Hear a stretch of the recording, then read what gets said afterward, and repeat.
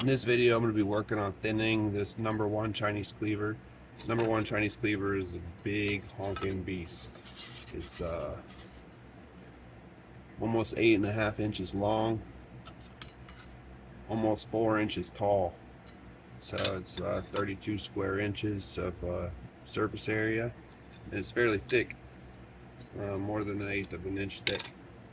So this is a lot of steel. It would be tiring to try and do all of the thinning that I want to do all at once. So I'll break it up into bits and pieces. I've already done 3 or 4 rounds on this thing. You can see where it's a little bit shinier there is kind of where I'm attacking. It's the area right behind the edge, not the edge itself. I'm trying to make it thinner. They call it like knocking off the shoulders.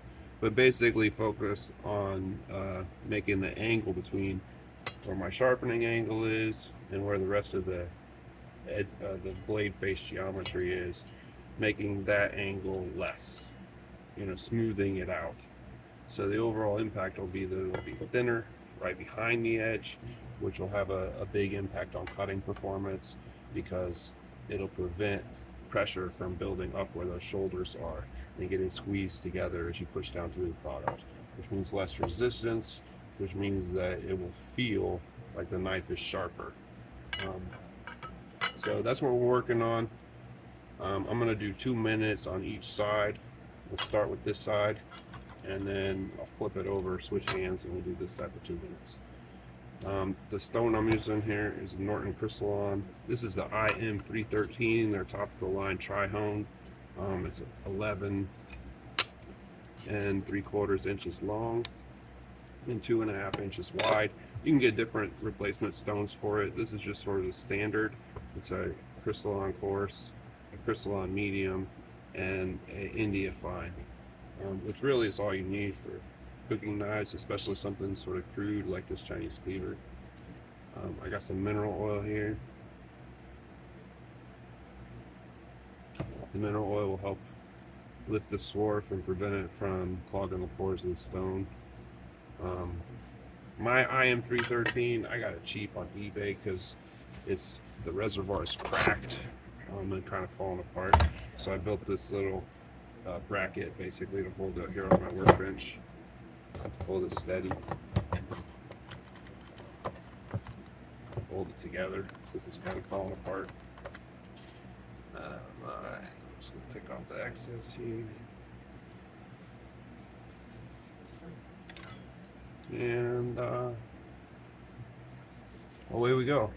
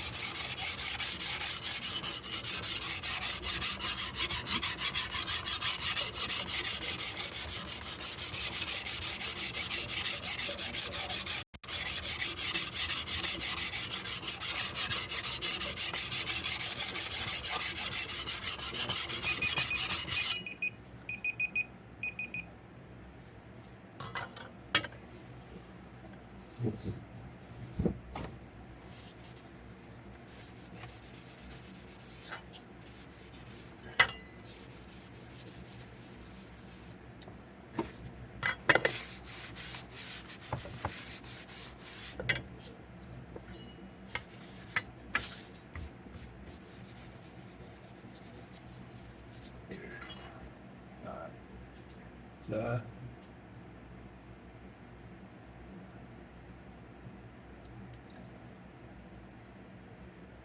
I don't know what the easiest way to see that is, but there where it's shinier behind the edge is where I'm attacking. And I'm attacking more towards the front of the blade than towards the end. I want this front toe edge to be thinner so it can slide through onions and stuff without much resistance. And leave it a little bit thicker down here so it can handle some going through some fish and chicken bones. Make it a true all-purpose cleaver. Alright, so we did that side, this side. Now we're going to do this side, flip hands, do a left-handed, 2 minutes.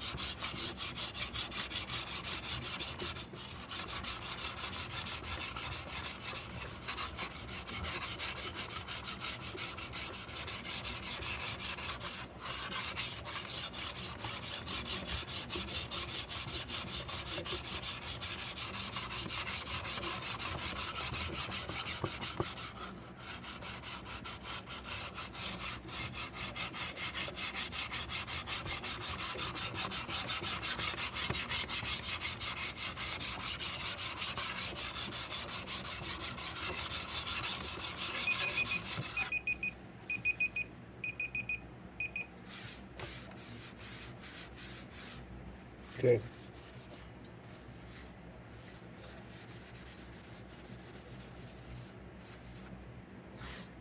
I still need to improve my bracing system a little bit.